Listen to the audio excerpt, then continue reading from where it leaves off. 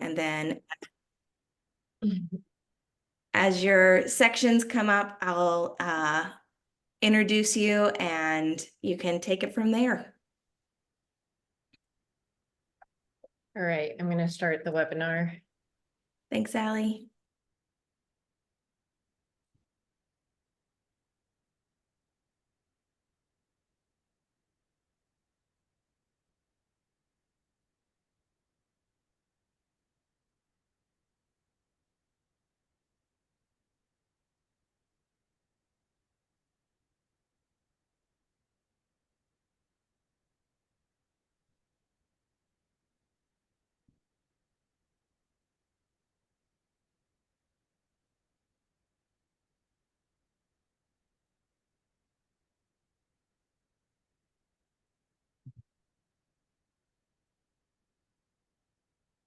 Good evening, folks. As people are joining, we're going to take a few moments to let everyone get settled, get joined into the webinar before we kick off tonight. So thank you for your patience. We'll just take a few minutes and allow folks to join.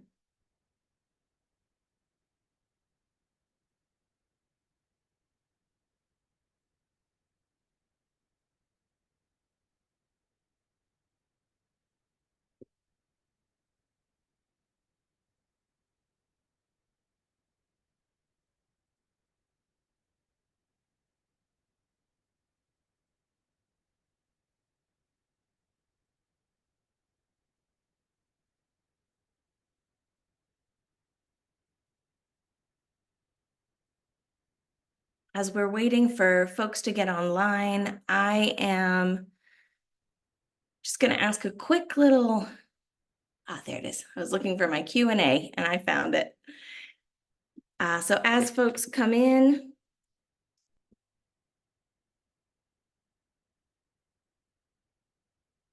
we will give it a few minutes till everyone is able to log into our webinar for tonight, and then we'll kick it off in a couple of minutes.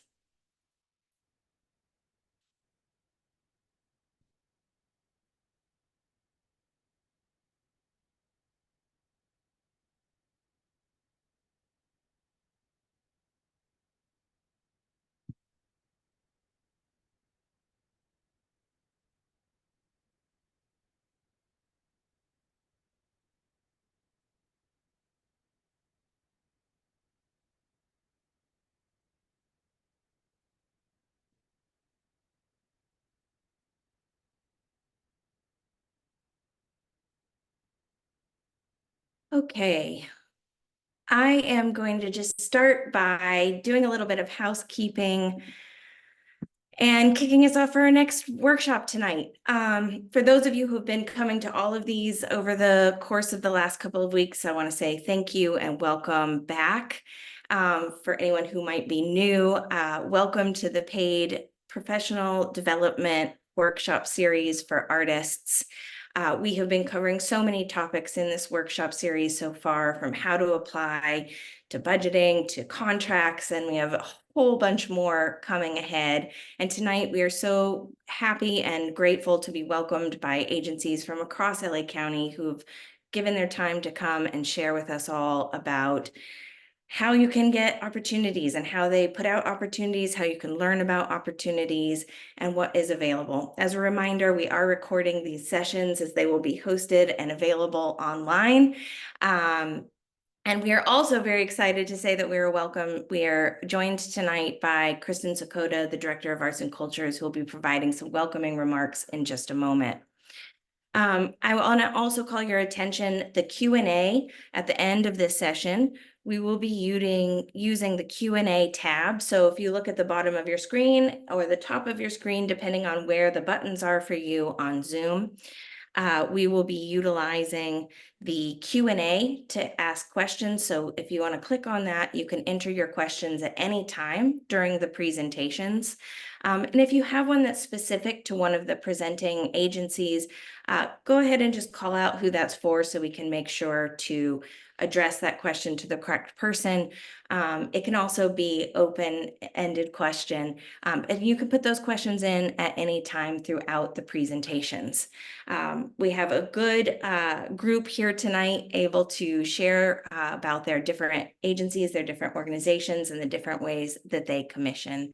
And so I am going to move on from this part so that we have time to really hear from everyone and also take your questions. So Kristen, thank you so much.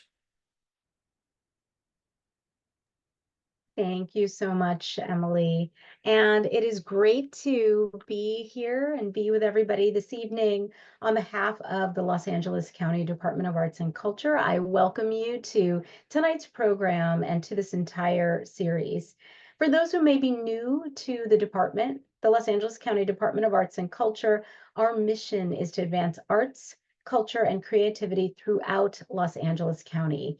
And we really do that with the intention of imagining Los Angeles as a region where arts and culture and creativity are integral and vital to civic life for all of our people and communities. But we can't do that without arts organizations, without artists, and without culture and culture bearers and culture makers. So that's where programs like this come in. Across the department, we have a range of programs and strategies and divisions, including grant making. We are one of the broadest funders in LA, so in our grants and professional development division. We also are moving arts and equity for young people through our arts education and youth development division, both in school, in communities, and for youth in institutions. Our civic art team, which is driving this program, is where we commission original artworks from artists for county capital projects and county civic spaces, and also have special initiatives like this one. We also support access to creative career pathways, including one of the largest paid arts internship programs for college students, the LA County Arts Internship Program, and other strategies there. And we're advancing arts and culture as a strategy for moving forward with equity across sectors and across policy areas, especially through our cross-sector arts unit and the creative strategist artist in residence program. I share these as you may want to check out our website, especially if you're more new to our department, as there are additional opportunities that you might be interested in addition to the ones you're going to hear about tonight. But I'm really excited about this program. It's been a long time coming, and it builds on the incredible work of our civic art team and their deep dedication to expanding equity and supporting artists who want to engage in these mediums, and our deep belief that art and artists matter, but also that our impact can be so much greater if we can expand representation in the public realm and really support the economic empowerment of diverse and underrepresented artists and those working in non-traditional mediums.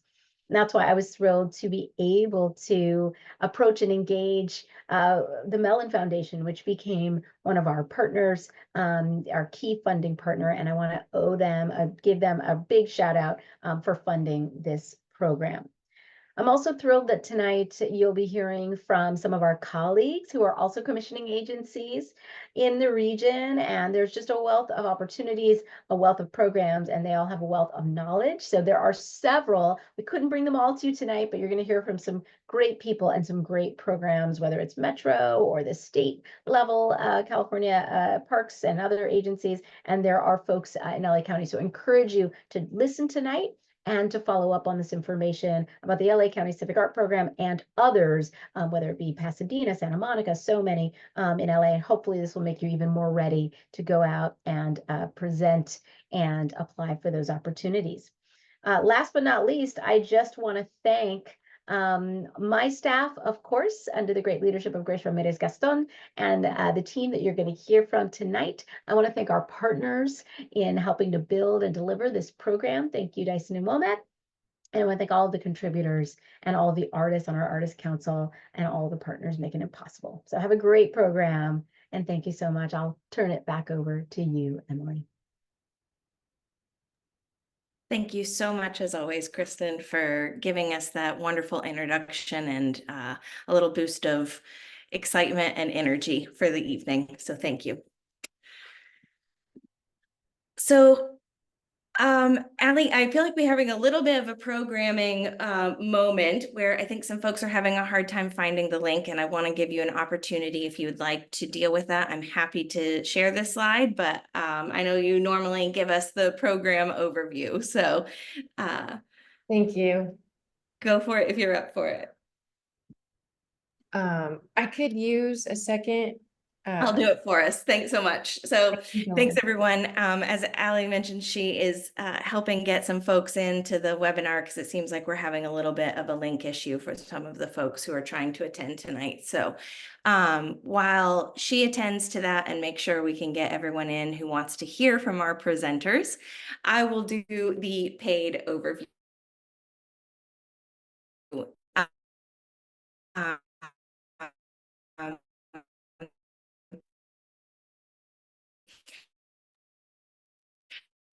Hey, Emily. so as uh, I think we're having internet issues. It might just be me, but No, I don't think it's just you. okay. You cut out for okay. yeah. Oh. Well, let's try again. Oh, thank you, everyone. Can you guys hear me now? Yes, you sound Yeah. great. Okay, thank you so much, Corey. Thank you, Allie. Let's do a take two tonight. So the PAiD program is a multi-year initiative. It is funded by the Mellon Foundation and is a program, as we've heard, of LA County Arts and Culture.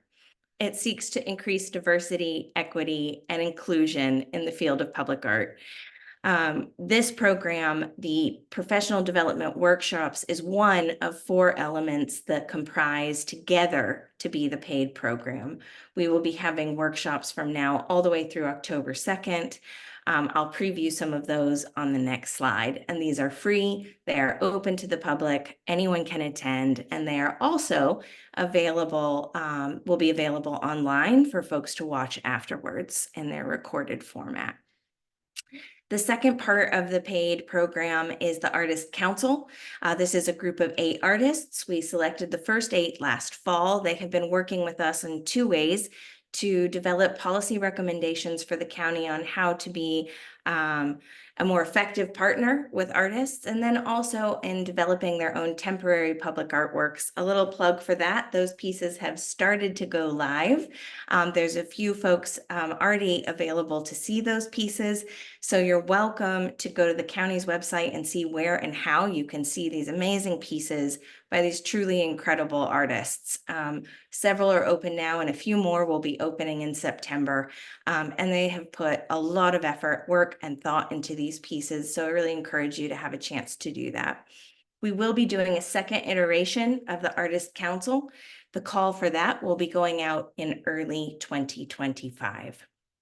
There is also the PAiD apprenticeship.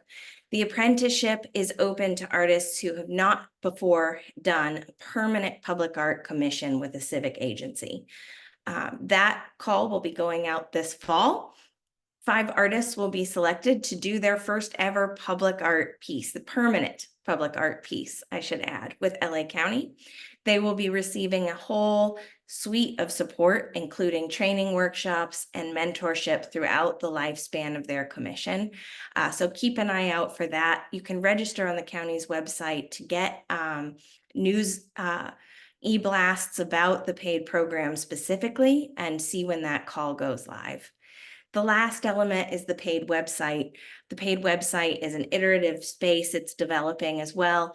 It will be launched sometime in the future and will house many of these resources that we've talked about, including these workshops recordings. Although I think the recordings are going to be available a little bit sooner on the existing county site. So we'll make sure that folks get all of that information. And Allie will help me out in a minute and drop into the chat the link where you can find all of this information on the county website. We also have other workshops coming up, as I mentioned. The blue link here is the link for the workshops. Those are free and public to anyone, as we said. The next ones will be August 29th. We'll be really taking a close look at how community engagement is involved in the field of public art, and how artists can be effective supports in bringing community engagement requirements into their practice, especially if they've never done that before. We'll also be looking at contexts and concepts, more of a kind of theoretical moment where we're looking at what is the role, purpose, and intent of public art in our contemporary society, and what does that really look like in LA County as well. So I'm very excited for that conversation. And then on September 11th, we will actually start with the applying to public art again. So if you missed that at the start of the workshops, join us again. We're doing the public art open calls and the preparing public art portfolios a second time, as they're such foundational elements of the public art process. So if you weren't able to join and you don't want to watch a video recording, that's an opportunity to come and ask your own questions and really engage with us and the presenters in this program. So tonight, as we shared, is the public art opportunities in LA County.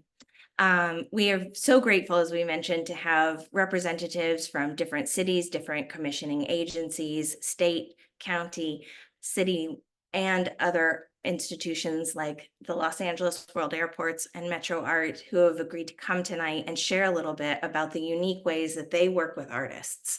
To share how you can learn about opportunities, about what resources they might have, what opportunities might be available now and into the future. And so I'm just really thankful and grateful to have them all here tonight. We are going to start with our Cultural Affairs Manager in the City of Culver City, Sally Unsworth. She is probably one of our newest LA County public arts cultural affairs managers, starting just this spring and really relocating this summer. And I'm so grateful that you were able to join us and share tonight. So Sally, thank you so much. And I will hand the proverbial mic over to you. Thank you, Emily. It is lovely to be here. This is going to be an extremely important learning session for me. So as Emily mentioned, I am new on the ground as of just over a month. So I am a real Los Angeles newbie, having been on the East Coast for the better part of the last 25 years. I have a background working with art museums and municipal art agencies in the Maplewood, South Orange, New Jersey area, as well as a public art instructor at the Pratt Institute for a number of years. So you can go ahead and move to my first slide if you want. So I am the new Cultural Affairs Manager for the City of Culver City. I'm going to throw up our mission statement here, which was written quite literally last week, because as I did this presentation, I realized there was no succinct statement that talked about what we do and who we are. So this is a draft, and I encourage any and all wordsmithing and revisions. So you're seeing it for the first time, but the basic synopsis of this statement is that we really engage in three ways with artists. Our Art in Public Places program, which is our Percent for Art program, our Performing Arts Grants program, and we are in the third iteration of our Artist Laureate program, which has bore a lot of wonderful fruit for the city of Culver City in the last 6 to 7 years. We do this through a lot of partnerships with artists and agencies and businesses. And we can move on to the next slide. I'm going to blow through the first few slides quickly and really focus on the programming once we get through. Our Percent for Art program is one of the most established. In fact, last year we marked our 35th anniversary. And it is largely drawn from development fees. If you've been to or driven through Culver City in the last 20 years, it may look like a very different place that it once was. It is a bustling, developed area. And the bulk of the development fees that helped feed into our public art Percent for Art program go into permanent art pieces and our performing arts grant program. And you can move on to the next slide. We have over 100 pieces in our permanent art collection, including sculptures, murals, tile works, paintings, glass installations. And we also have a number of initiatives and temporary art installations over the years as well. You can go to the next slide. Here's a couple you may have seen.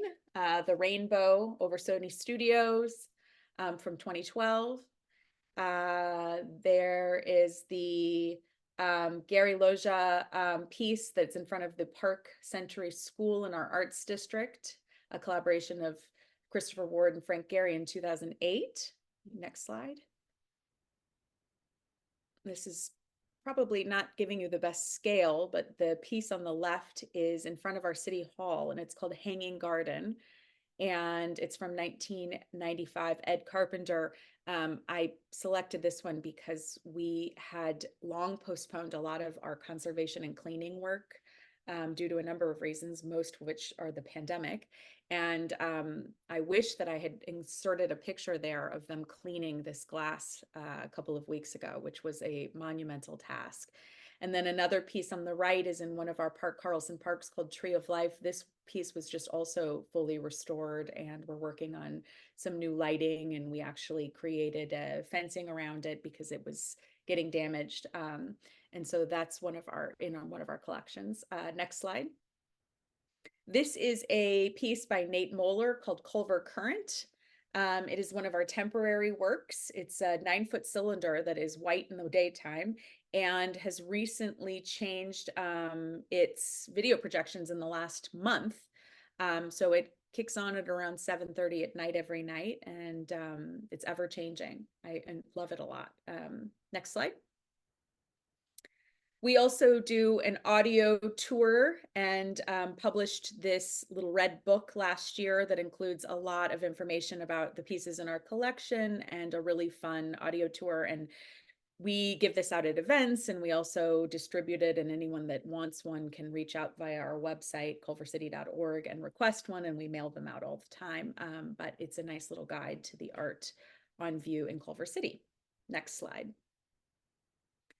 So in terms of upcoming opportunities for artists, I thought I'd highlight one of the projects that actually last night our commission just approved, which is a piece that will go into something called the Farragut Connector, which is a little pedestrian walkway that links two part of our towns, but has a lot of history in that the connector actually was the entrance to the racetrack that existed in the 20s in Culver City.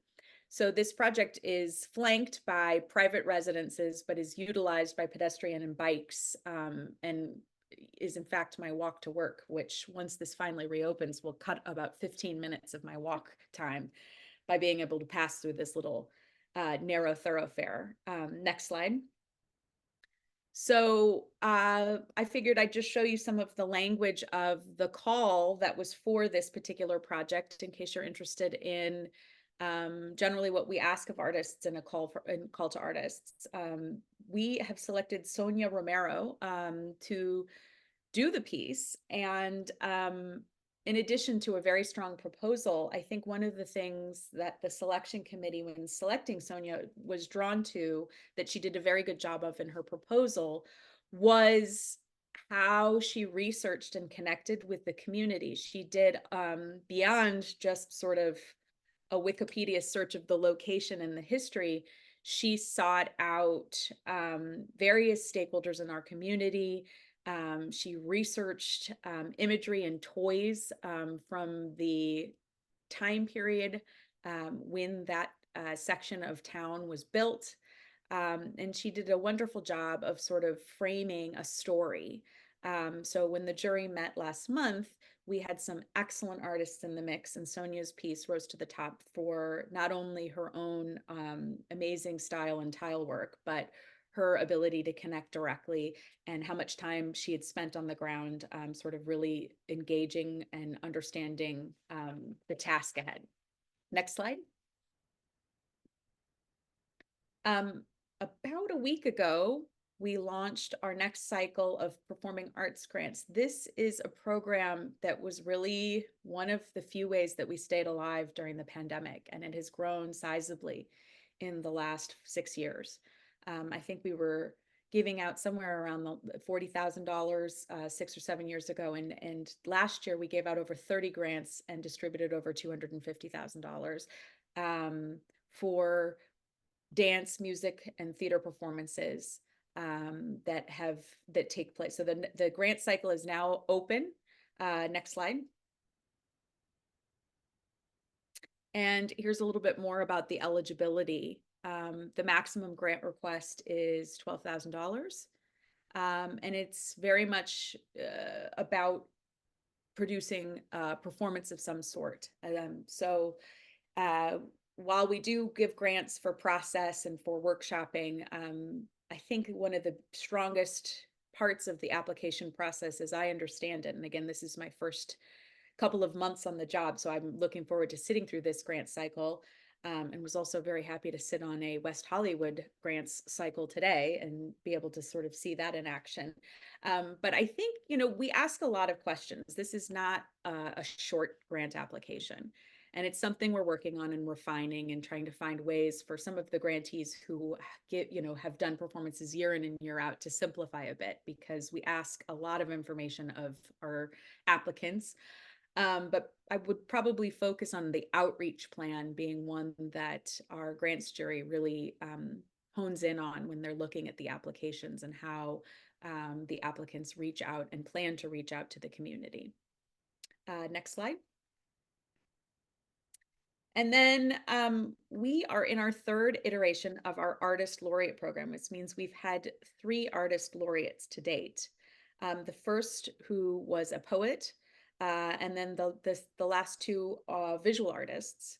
Our Artist Laureate now, Katie Krantz, is just about finished with her 2-year term.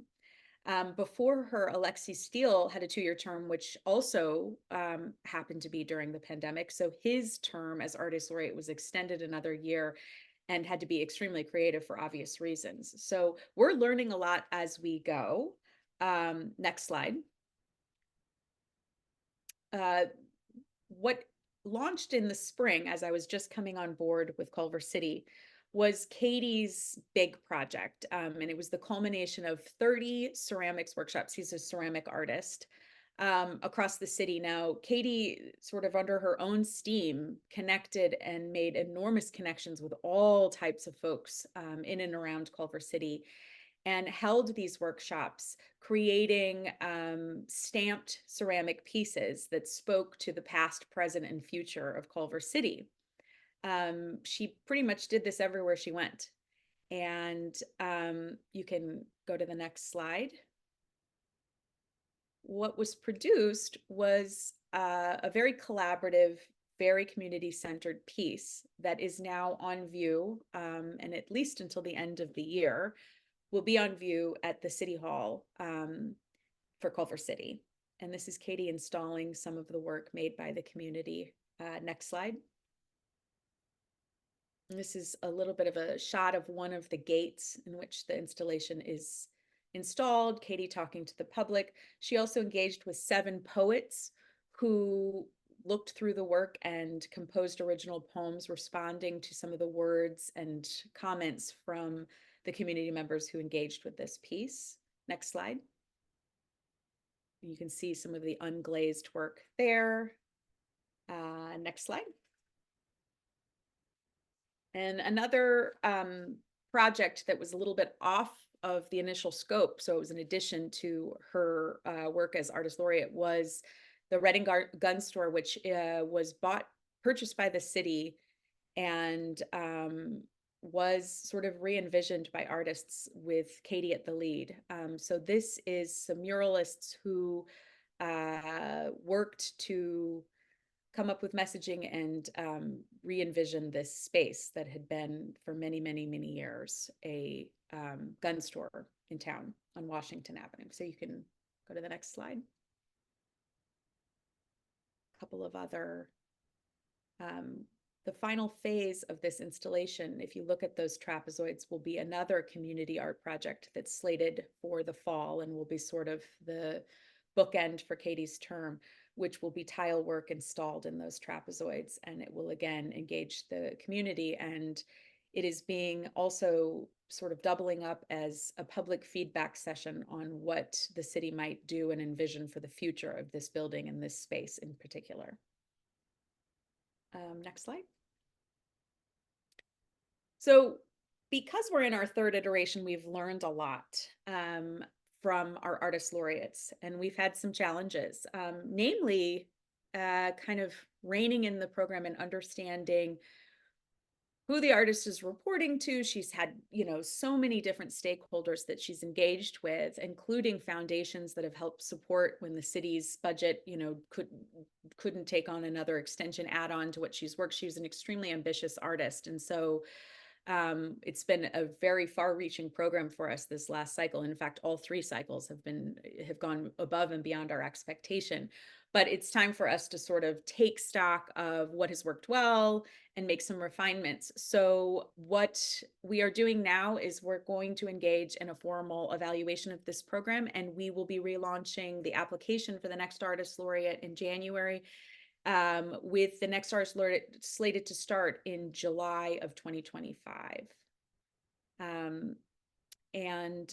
think it's one of the few areas that we really absolutely engage with the local artist community and the public in all kinds of different ways, whether it's in a business or whether it's through a parks department after school program, or whether it's just passing by on the street or at festivals. We have our artist laureates sort of engaged in all elements of the public work and public events that happen in town. Next slide. And then we're starting a new initiative. I felt that I need to really understand and learn more about our local artist community, and particularly even the artist laureate community, where when we look at this program about whether or not we broaden beyond sort of our geographic boundaries and how we reach out to artists in the greater Los Angeles area. So my public art coordinator, Sam Lee, and I will be starting a series of studio visits, and we hope to start using those studio visits to learn more about artists in our community, but also spend some time promoting and engaging with artists and their work, which is something I think that's been missing from our division work for a few years, and it will be really fun to engage and do this. So I invite and encourage any artists interested in having us come by for a studio visit to please be in touch. Next slide. And then, there are other ways that we're engaging with the arts outside of my division of cultural affairs, which is just 3 full-time staff members. We have a very popular summer concert series now that's averaging about 600 to 700 people at the Culver Steps downtown. Our biggest community festival is this weekend, which has a number of performances and artists engaged in booths and activities, called Fiesta La Bayona, that kicks off on Friday. And then, of course, our parks department has a number of programs that engage with teaching artists and performing arts artists, and a number of workshops. And we have an art walk in our arts district called Art Walk and Roll that will be in early October. But that's pretty much it. Next slide. And I really look forward to hearing from my colleagues, who I also look forward to meeting in person very soon, because I am brand new, and this is going to be great to hear about all of your work. Thank you for inviting me. Thank you so much, Sally. Really appreciate your presentation. Can folks I hear me? literally missed exactly all of Sally's. Hello? Okay. I'm not sure what's going on tonight, guys. I'm just going to acknowledge that something is in the air. And we've been having a little bit of technical difficulties, and I really appreciate those who have persevered and found your way into the Zoom link. We just heard from Sally Unsworth in Culver City. Thank you very much for sharing your work that Culver City is doing, the initiatives that you have, and the ways that artists can participate in that.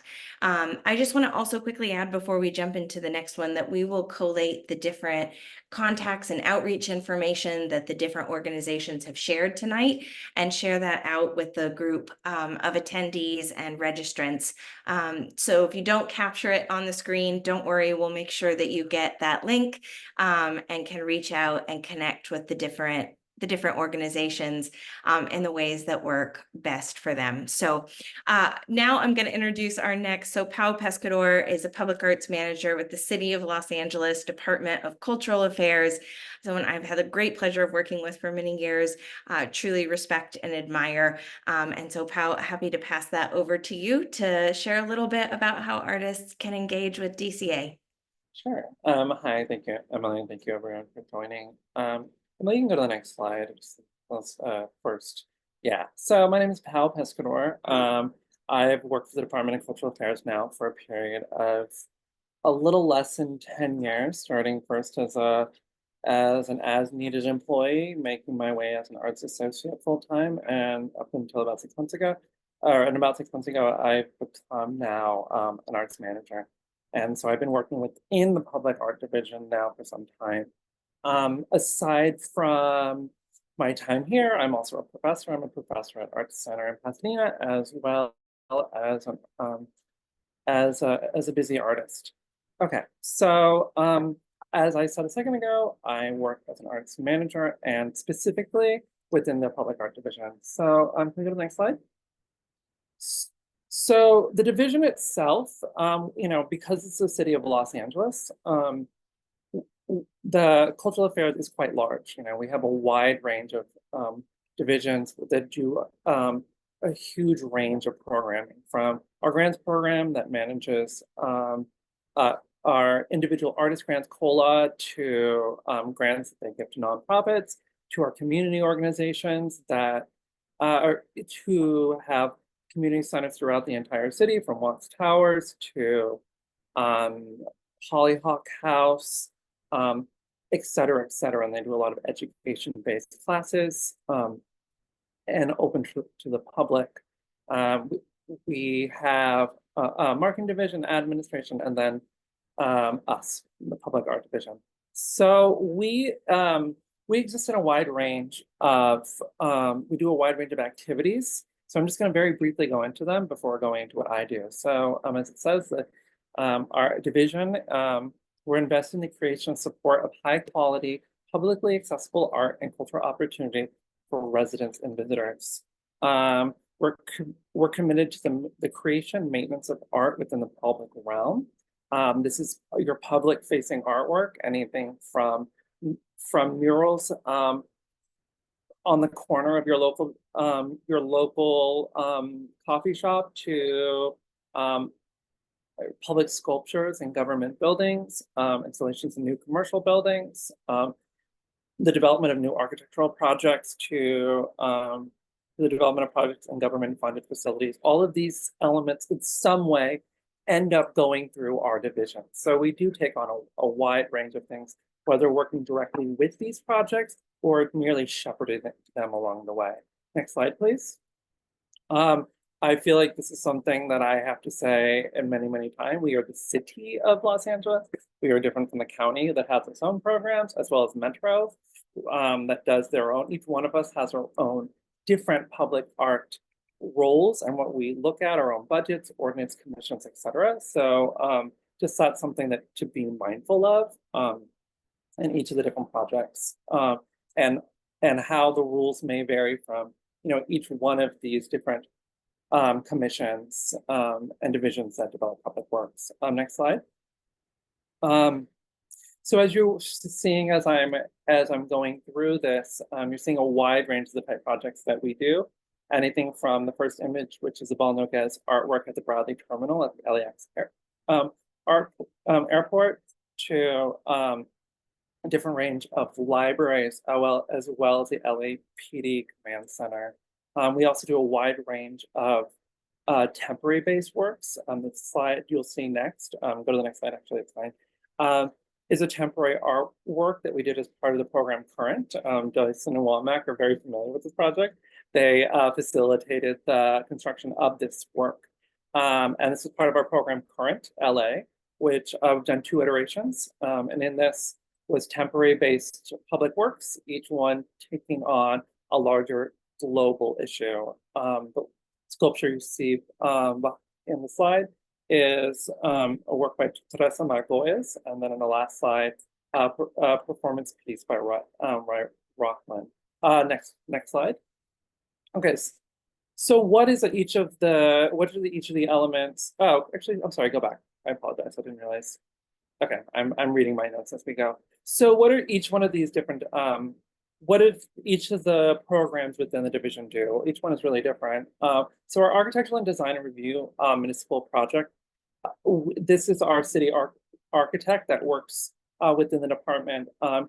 This individual is looking and clearing all plans for large form of construction happening within the city, and brings these projects to our commission for design approval, which we'll get into a second. Any financial obligations is part of our percent for our ordinance. This is usually the first person who will catch that to make sure that any fees are being done, or making sure the public artwork is being developed and give us the information to get the process started.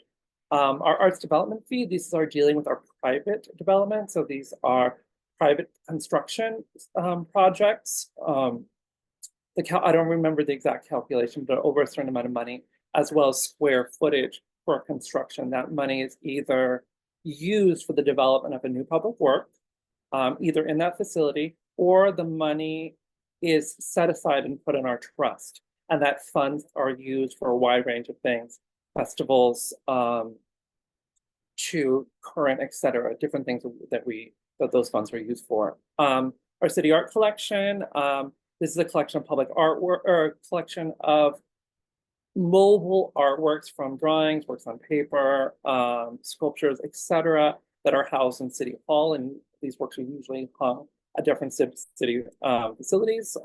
We have a couple of nice items in there from Fuji photographs on the mural program. That is our program that sort of oversees any murals going into the walls of the city.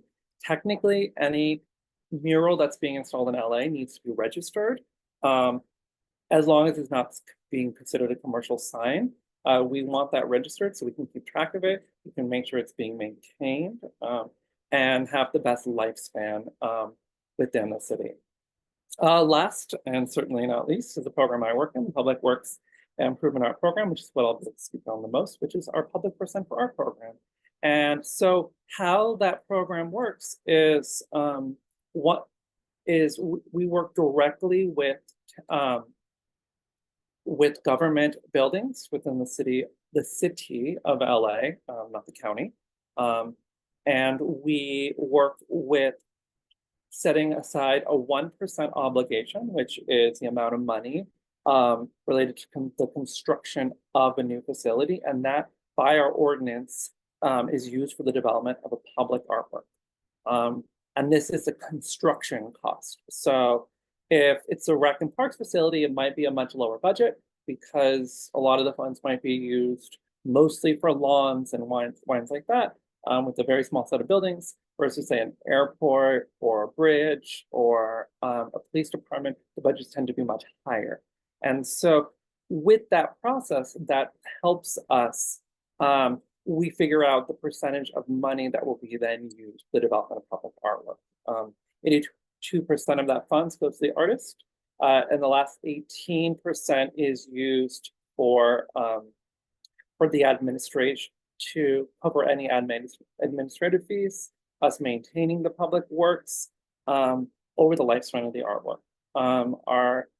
Most of our projects are permanent public artwork, which means that they need to live for a minimum of 25 to 30 years. So we use those funds in order to maintain them through the life of, whether it's an cleaning up anti-graffiti, or cleaning up graffiti with a coating, or anti-graffiti coating, or God forbid, you know, a car crashes right through the work and it needs to go through a major development project, redesign of it and maintenance.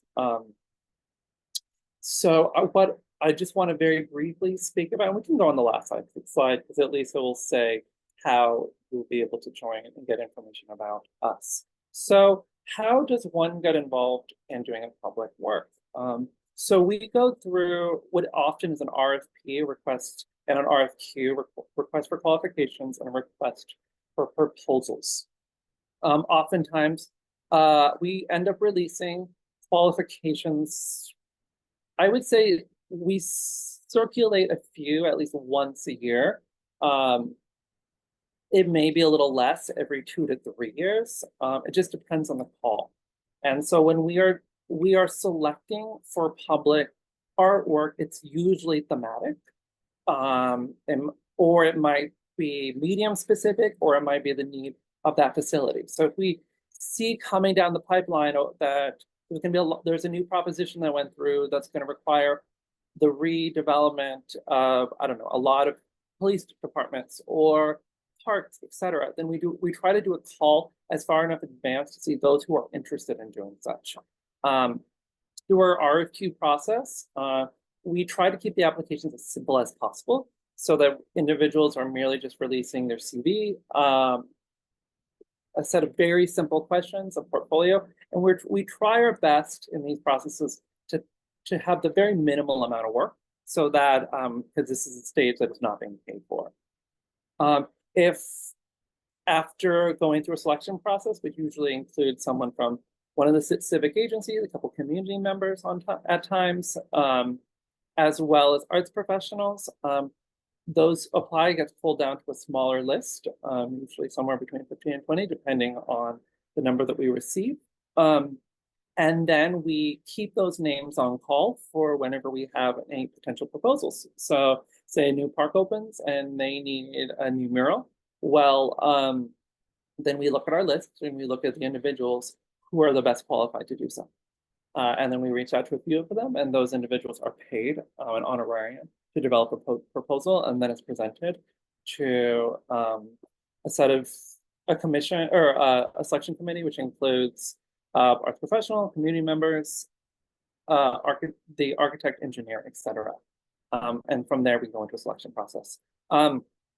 Just a couple of things that I wrote down as suggestions. So at this time, we don't currently have any open calls. We'll probably have some at some point next year.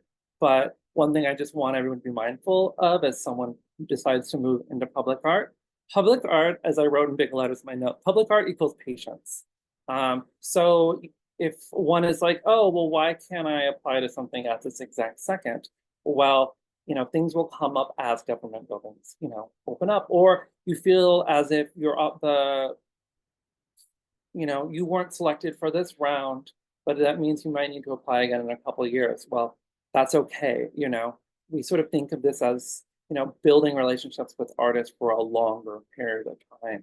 When developing a public project, you know, there's oftentimes a level of flexibility. You know, I think of these less as a solo masterwork that everyone's making, and a project that is developed and mutates over time through feedback, through community, etc. And I just had one final note on that. Oh, the last thing is, you know, each of these calls are specific whenever we have a call for public art. And my thought or my suggestion is really read them closely. Does it align with what the work that you're making, the thematics, the mediums, if that you feel like your work is existing through, really feel like what the goals of that particular call is, and really address those when you are applying. So I unfortunately will not be able to stay during the Q&A portion, but I've already let Dyson Womack know that feel free, anyone who's involved in the PAiD program, they'll pass on my email address. I'm happy to answer any additional questions if anything comes up. So thank you so much. Thank you so much, Pal. Appreciate it. And thank you for participating tonight. I'm going to move us on to our next presenter. Corey Dunlap is the Public Art Coordinator at the City of Pasadena. Thank you, Corey. And we are going a little bit beyond time. Just I know we had a rocky start tonight, but a reminder to try to keep it in that 5 to 8 minutes. So thank you so much. Thanks, Emily. Yes, I'll be speedy. Feel free to rush me on the slides because I have, a lot of photos. So, but thank you all for inviting me. I'm happy to share a bit about the city of Pasadena. Next. So I am working as the city's public art coordinator under the City of Pasadena's Arts and Culture Division. We are operating under the Planning and Community Development Department. Next slide. I will share this information again at the end, but I just want to provide a bit of context for our division and our website and our email address. Feel free to contact us. Next.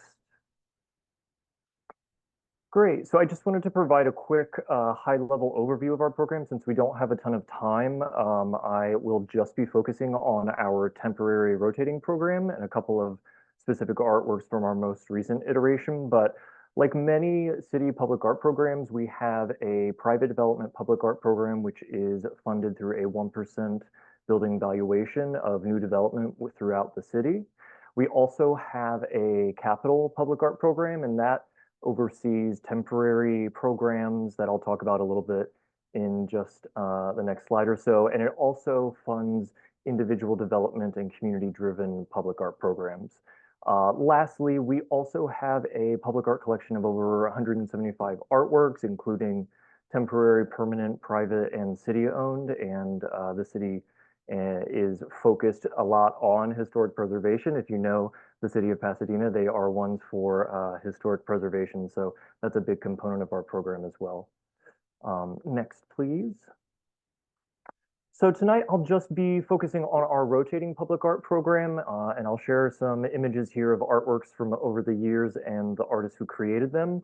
The program is a fairly common and ubiquitous form of public art in which we exhibit artworks for a temporary period.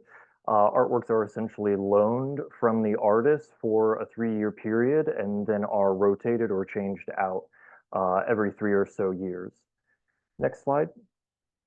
The program was established in 2011, and so we're now in the 4th iteration. And again, it really focuses on primarily kind of classic outdoor sculpture and public interventions. So artwork sites are placed throughout the city in each of Pasadena's 7 council districts.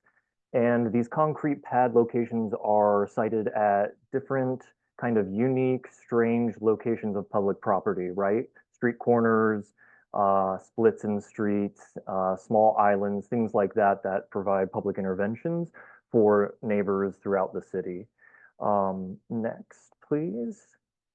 So the program is really focused on, again, these sites are very unique. So instead of creating a program in which each artist receives the same sort of white box, each location is different. There's different considerations for each site throughout the city. The concrete pads vary in size. Some are platforms, some are much smaller. So the program kind of leans into that unique component that not all sites are equal. And so the program has been able to evolve since 2011, since those locations were developed.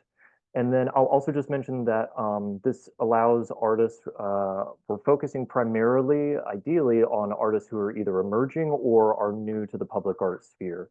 So these public art rotating budgets really have varied between $6,000 to $12,000, which, as far as public art is concerned, is relatively low. So these are intended to be very achievable opportunities for emerging artists to exhibit their work publicly and gain experience in working with government organizations. Next slide, please. Yes, so I'm going to just touch on a couple of artworks that we are on current exhibit, since they're the most exciting. But if you want to find any archived information about our past artworks, again, we've had about 36 rotating artworks exhibited at this point. We have podcasts and digital brochures available on our website. So please feel free to check that out. Next slide, please. So for series 4 of the rotating program, we commissioned 8 artworks in total, all sculptural, all outdoors, with the exception of one site that is in the interior of the Pasadena Convention Center. Of those 8 artworks, 6 of them were loaned and were existing from the artists, and 2 were site-specific commissioned artworks. Next. And so tonight I'm going to just be focusing on those 2 commissioned artworks because I think they're the most interesting and they kind of speak to perfect ideal artists for the program. So Kellen Shanahan is a relatively young artist, new to public art, has only really had 1 or 2 previous public art commissions. His background is in architectural design and fabrication, and so in part he was very useful and has been able to pretty seamlessly transition into public art because of a kind of good deep bench of technical skills that he has in terms of generating architectural designs and mock-ups. Next. So for our project, Kellen had this sharp split in the road, and he was proposing and he was able to develop a project that used architectural and topographic information from JPL of the local Pasadena landscape. And then he was able to take that information and translate it into a flat form and create this fabricated Corten steel artwork for the site. Next slide. Very interestingly, I think at least, he's working in Corten steel, which is kind of a formal 20th century kind of material for sculpture, but I like to see, I'm delighted to see him create something that is actually feels new and interesting with such a sort of traditional public art material. Next slide.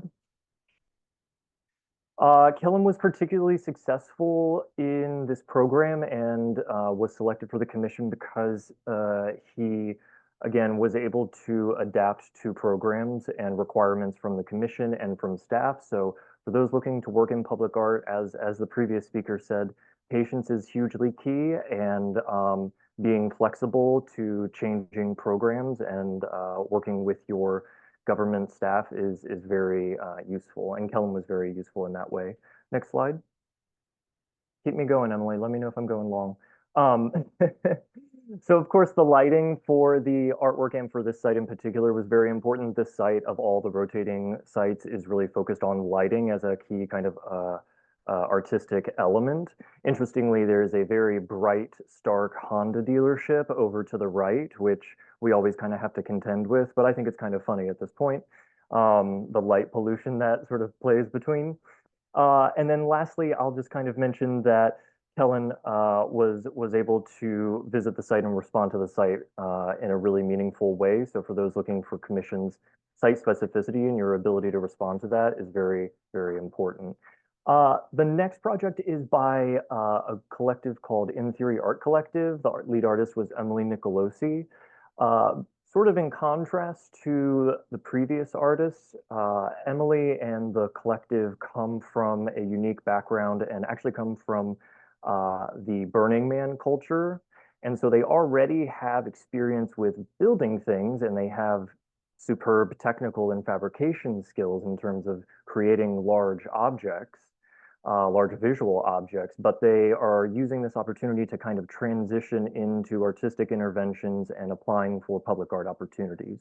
So this was really one of their first true public art commissions, although they were already very accomplished in their own sort of related field. So in contrast to the Corten steel, this artwork was highly fabricated using powder-coated materials, iridescent paints, and this is the crew over to the right during install. So again, they were a kind of ideal, great group to work with, and in part, I think, speak to the success of the rotating program in that it benefits those artists that are looking to break into the public art sphere, which is enormously difficult. I welcome you to check out our website as well to review our full Rotating 4 guidebook, which has each of the 8 artworks, as well as other information. Next slide. It also includes a map of each of the artwork locations. Again, throughout the city, artworks are expected to be exhibited until 2026. and we'll have new opportunities. Then we publish our public art opportunities widely through the city's website that I implore you to review, but we also are posting publicly on the typical public art portals. And so be sure to check that out. You can go to the next slide. If you would like to stay in touch with us, you are more than welcome to sign up for our email distribution list. That's where you'll find most of our information, and I'll be sending public art opportunities directly to that group. Last slide, please. Yeah, I think that's the last slide. And lastly, feel free to contact me or the arts department. We're just arts@cityofpasadena.net, and I'm happy to answer any other questions. Thank you all. Thank you so much, Corey. I really appreciated that. And I really want to highlight and uplift the work on these smaller commissions. I think that's a great resource for our audience, and to know that there are opportunities that come at, as you said, for public art, a lower dollar value than the hundreds, in the tens, can really be a great foothold for folks who are wanting to enter this space and maybe work up to one of those commissions. So thank you for sharing that. Really appreciate it. Okay, our next presenter, Becca Emmon. Thank you so much. Becca is the arts manager in the city of West Hollywood.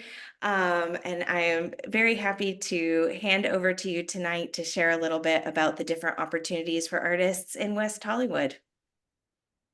Thanks, Emily. Happy to be here. Hi, everyone. My name's Becca. I'm the arts manager for West Hollywood. I've been working with the city since 2011.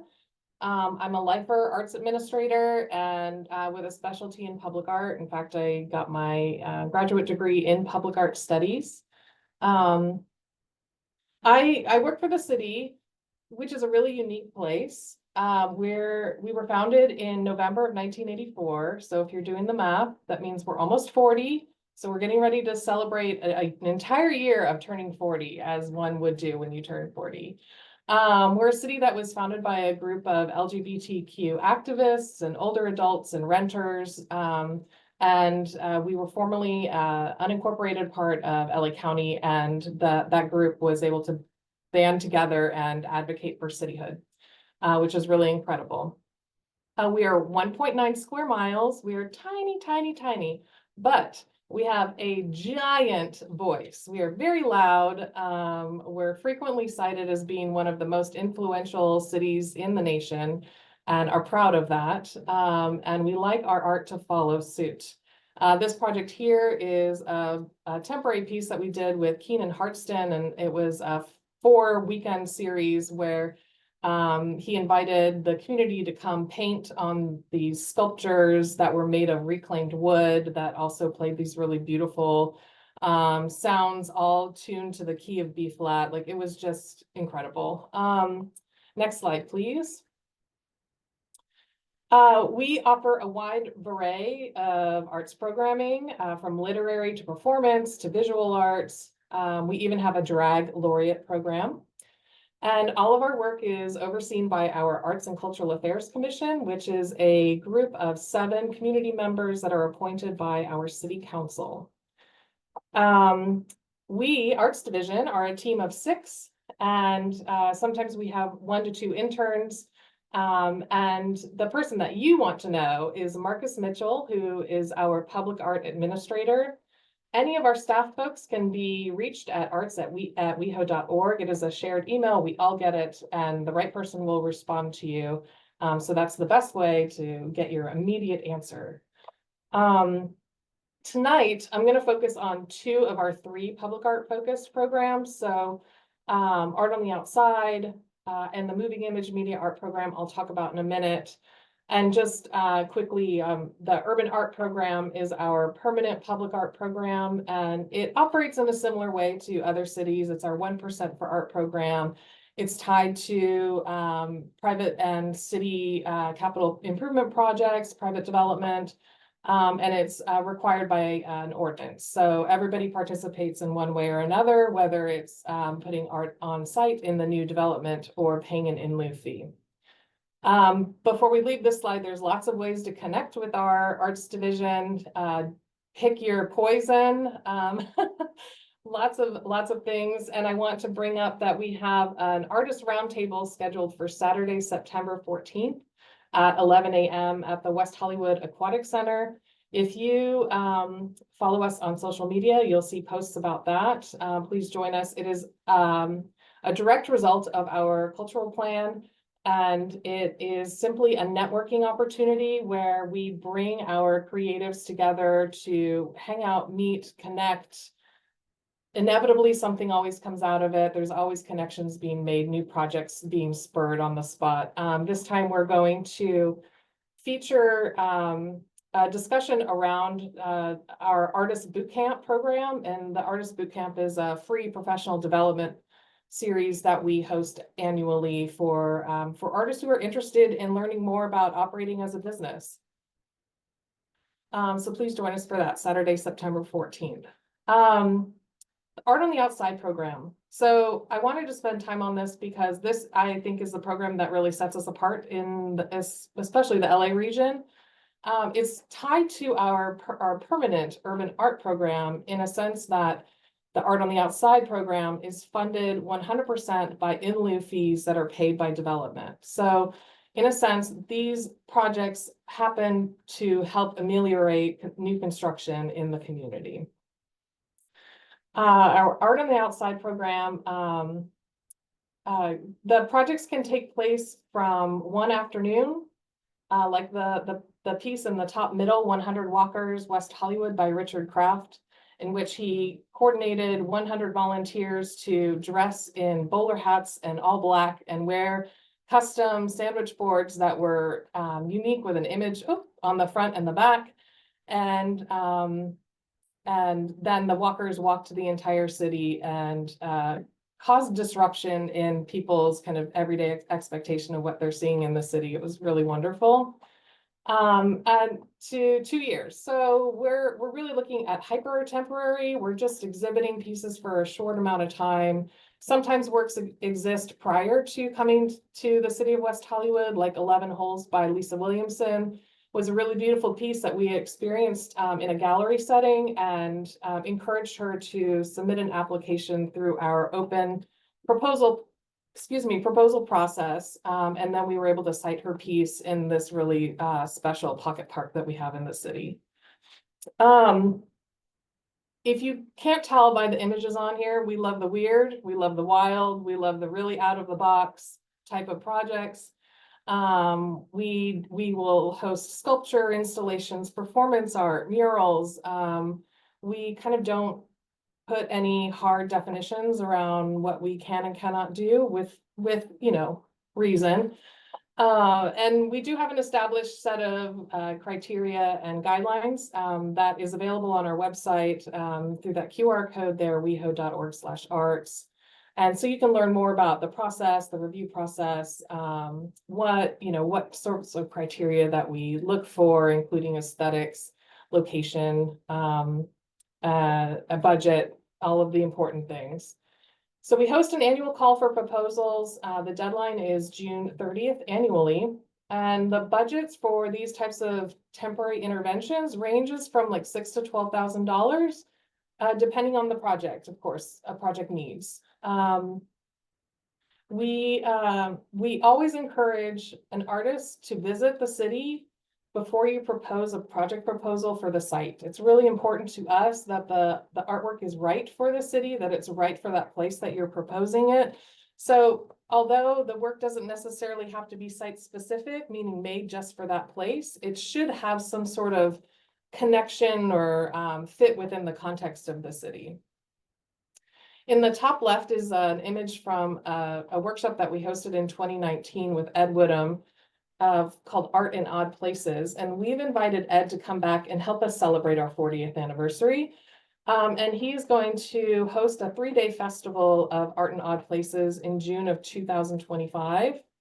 In anticipation of that, we're hosting a couple of workshops for artists to learn how to participate in the festival and just learn how to kind of be a visual and performance art, how to create work in unexpected spaces, how to be an agitator within your artistic practice. So if you're interested, September 24th and September 27th from 1 to 5, we will have these free workshops. Again, email us at arts@weho.org. If you're interested, we'll send you more info. The workshops are free. And then the final is I just want to touch on, we have our commercial business mural program, and that encourages private businesses to host murals on their property. We too, as a city, participate by hosting some murals on our property. But like I said, we're 1.9 square miles. We don't have that many city facilities to decorate. So we do rely on our private businesses to either commission murals, or when new development starts, they are required to put up art on construction fencing to block their development project. Next slide, please. One of our newest, shiniest programs is the Moving Image Media Art Program. This is a digital art program on Sunset Boulevard. We call it our public digital art museum. Artwork plays at the top of the hour every hour. We have 10.5 minutes every hour at the top of the hour to play these fantastic moving image artworks, and we've been having a lot of fun with this. So the program was launched in 2022 with the Sunset Arts and Advertising program, which is a larger initiative that the city has undertaken to reimagine the static billboards on Sunset Boulevard. And we have a pre-qualified list that one must qualify for in order to participate. You should have a professional portfolio of moving image work, so we see that you're actually actively working in this field. And we review those applications in May and November of every year, so that the next deadline would be November 1. We anticipate up to 28 billboards on our tiny 1-mile strip of Sunset. So we anticipate this program is going to be gigantic. And that is an understatement. It's going to be gigantic. We program 3 artists a year. Each artist will get a 4-month exhibition period, and everybody is paid. We love to license work. We only want to borrow it. We are a temporary city. We love to borrow. We can't own everything. We just don't have the space. And we currently have 3 locations that we program. 2 of them you'll see here. There's another 5 that are in final plan check. So this program is really actively growing, and it's really making an impact. This fall, on October 1st, we're launching a new exhibition by Nancy Baker Cahill. The piece is called Body Politic, and it is specifically timed to align with our upcoming election. And the work is themed after in support of the city's Get Out the Vote campaign, with the overall message of like know what rights are on the line for any election, and make sure you get out and vote. Just use your voice. And so if you go to the next slide, which is my last slide, I've got a short and sweet presentation. These are just a couple of upcoming billboards that are in development. On the bottom right is called The Now. This is at the top of La Cienega and Sunset, if you're familiar with the city. And this board is designed to accommodate 3D video works. So we're hoping to launch this before the end of the year. So stay tuned. That one should be really fun to play with. You'll be able to experience the 3D aspect of the board from across the street. We know that similar boards like this exist like in downtown LA. And then on the top left, Sun Cienega, another example of a beautiful board that's coming our way. So there's some that are oddly shaped. We've got some vertical boards, square, landscape. We've got all the shapes. So we are looking for all of the work.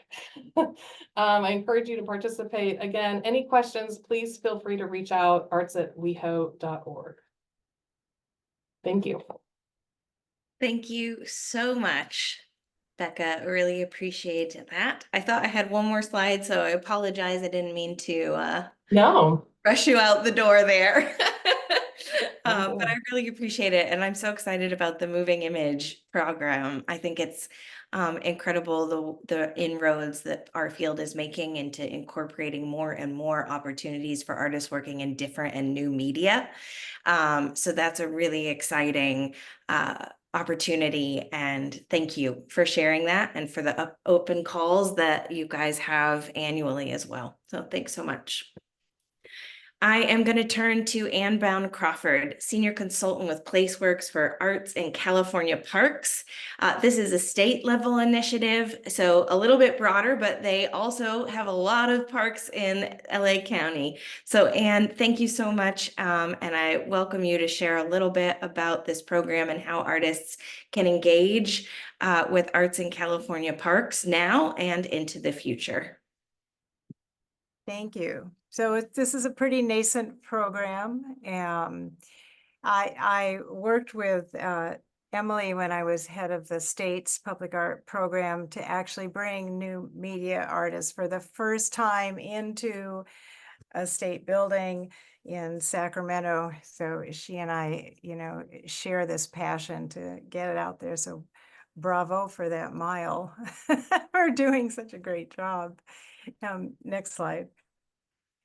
So I'm an advisor to a program that has an agency as a partner that I used to head up, the California Arts Council, but it's being spearheaded, the whole program, by California parks, and it's state parks in particular. They are the overarching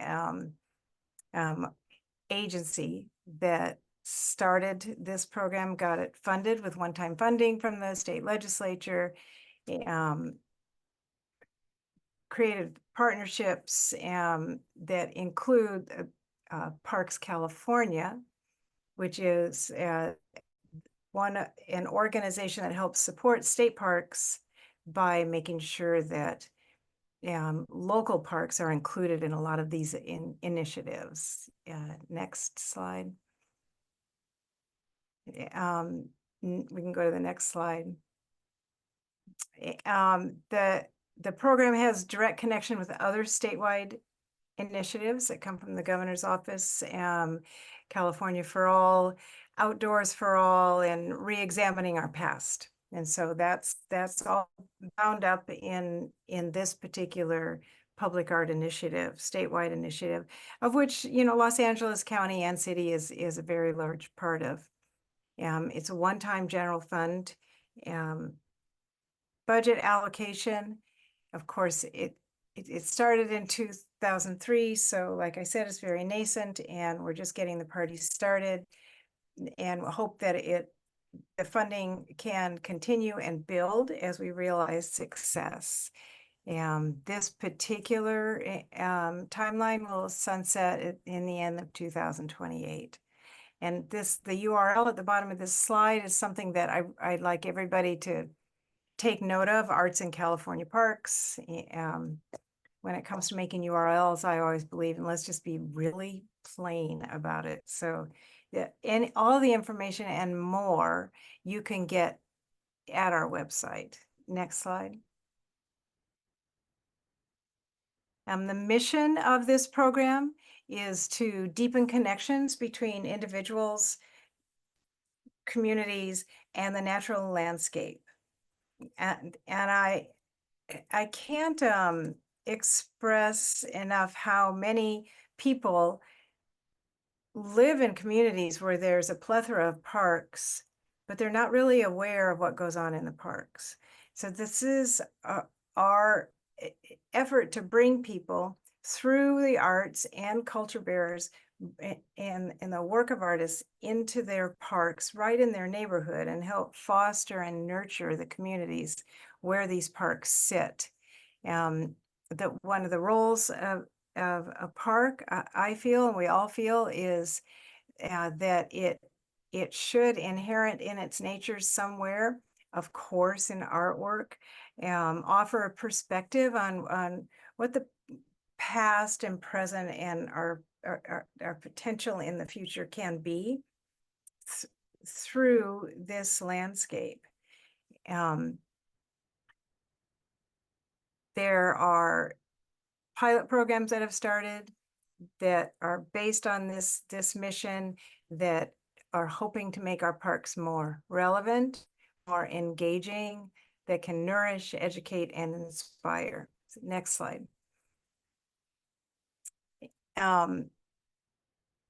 These are the goals: to welcome everyone in the community where these parks sit, especially the parks where there are culturally sensitive issues, projects, what is this land? That the projects that happen within these parks should empower and nurture mentorship, offer job opportunities for creative careers for folks, should help heal and foster community well-being, to directly connect the parks with the community, and inspire and evoke curiosity, awe, and creativity. Next.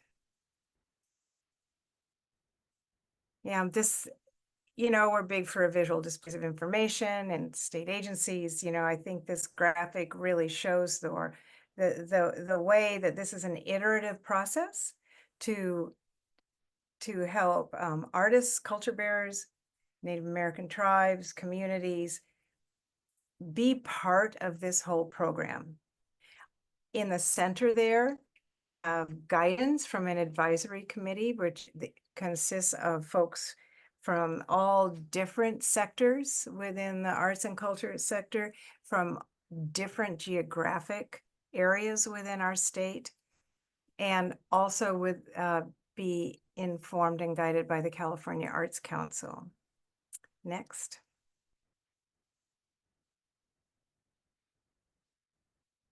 One of the most exciting things for me, because I tried to do it for a long time when I was head of an agency, is there is now a statewide directory that any artist and any culture bearer can register with, and enable anybody, any member of the public, although we built it first for park staff, to search for artists based on location, what medium they work in, and other considerations, what are themes that they work in.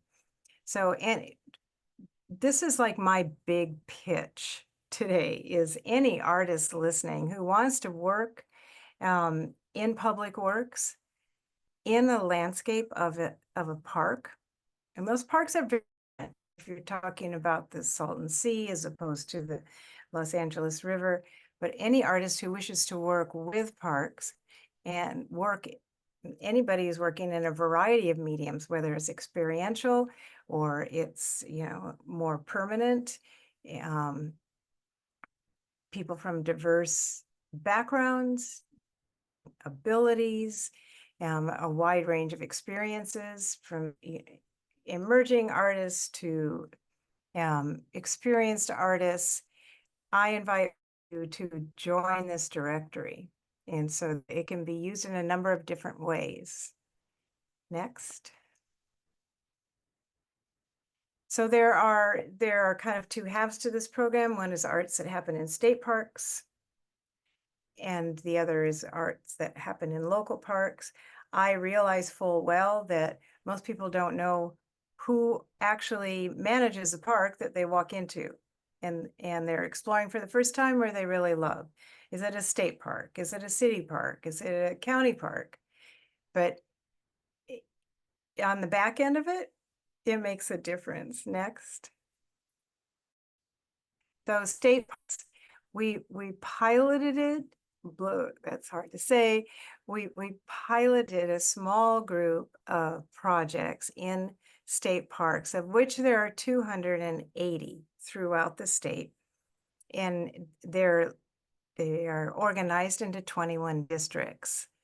And we created pilot projects by having the staff within those parks consider what they would like to see in their context. State park staff knows better than anybody what this land is about and can benefit from bringing these creative minds into the mix.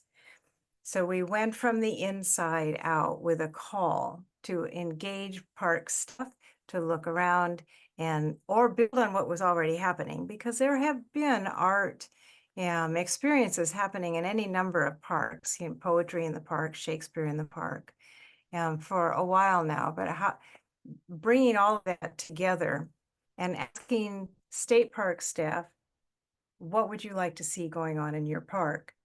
And then the interior organization can look and see what kind of CEQA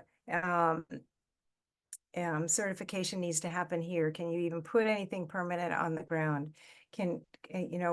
Is there an amphitheater to do a play? Like, what can happen on any particular piece of land?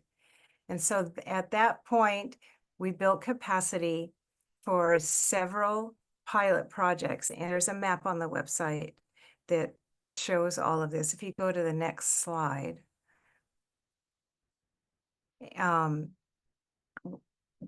Most all of these are finished now, and you can look on the website and see what happened and where they happened. And then we have an interactive map where you can explore. You can look up in Yolo County. It happened in Yolo County, and there it will list what happened. LA has its fair share of wonderful projects that happened in the past year, and you can look and see, what happened where and how well it was received. If you go to the next slide. And in this whole process of connecting park staff with artists and culture bearers, we also use the network of the California Arts Council's county arts agencies. They're called state local partners. And so we did some matchmaking between Parks District interpreters with California's state local partners, which are county arts organizations. And hopefully, instead of just everybody running in their own lane, have gotten people to talk to each other to see who's out there, what's out there, where are the possibilities, and there can be a generative process happening. I mean, it can be boiled down as simply as saying, I just urged artists to go take a walk in their park. Go take a walk in the park, find a ranger, walk around with them, have a conversation. And so we're making great efforts and taking pains to actually formalize these two networks coming together. If you go to the next slide. So we built some relationship building tools. These are GIS maps. They're interactive. They are available on our website for anybody who needs to use them. These are not proprietary, where you can look for arts organizations by the county and the state park district. Because there's something that our director, Donna, always says, that he wants someone to walk into a park near them and look around and be drawn in by the art, and then look back out at the landscape and go, oh, I live here. This is my park. They can see themselves in the park. And so geography matters. There is another round of projects that are going to start up.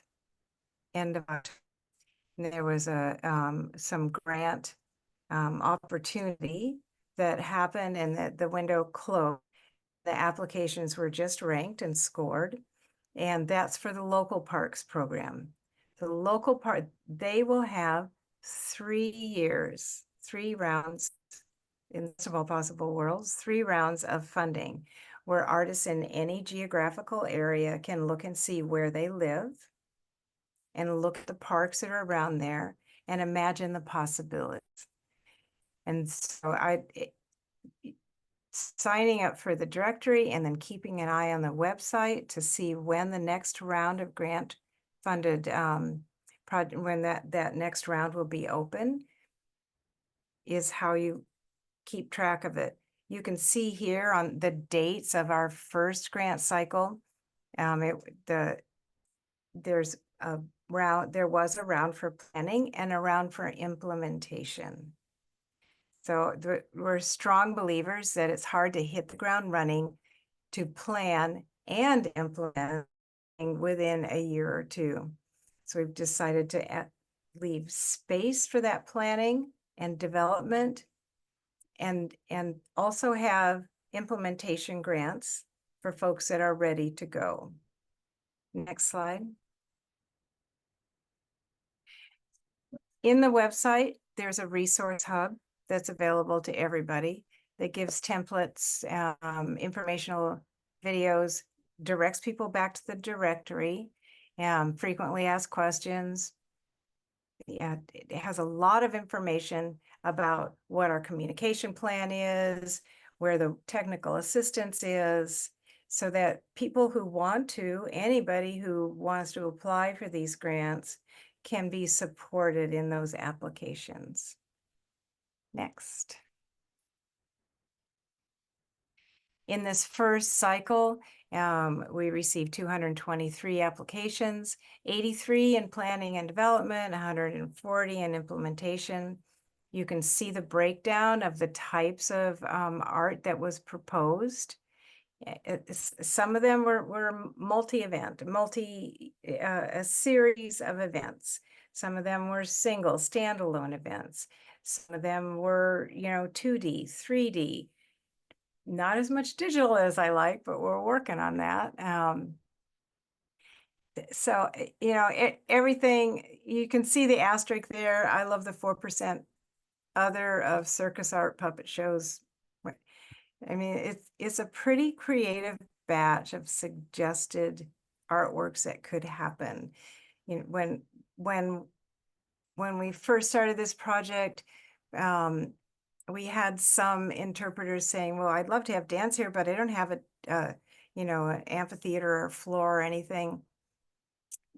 We brought in a video of Bandaloop that literally dancing on a mountain, and everybody's perception was just changed. So all things are possible. Next slide. This is a QR code that if you want to take a picture of it, it'll direct you to the website. It'll just tell you where you can join the mailing list so we can push out information to you about what's happening where, when the next application period opens, where new projects are going to start popping up this fall. I really, really want to encourage everybody at this time who would like to be involved in creating art in a park to just absolutely register with the artist directory. So we get a very robust, geographically widespread selection of artists that might want to work in landscape that anyone can turn to, anybody in any of your communities. Thank Thanks, you. Emily. Thank you so much, Anne. Again, just lifting up that artist directory is a great place to get involved from the start, and looking out for future deadlines. We had one question come in about, how is it funded, and just lifting up again that this is funding from the state parks, and there's application periods for local and state park grant and funding. All of that available on that QR code and at the parks directory. Thank you again.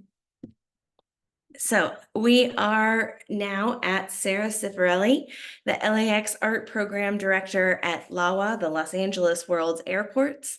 I'm going to hand this over to Sarah. Thank you. Thanks, Emily. Hi, everyone. I'm Sarah Ciavarelli. I am the director of the art program at LAX International Airport. LAX is the 8th busiest airport in the world, serving over 75 million passengers in 2023. And it's owned and operated by Los Angeles World Airports, which is a proprietary department of the city of LA. And I've been with the city of Los Angeles for almost 23 years. I started with the city's Department of Cultural Affairs, and I was there for a little over 6 years. And then I've been with Los Angeles World Airports, or LAWA, as we say, for almost 16 years now. So next slide. So I'm going to start with an overview of the art program. So since 1990, our mission has been to present diverse and memorable art experiences to enhance and humanize the travel experience throughout the airport.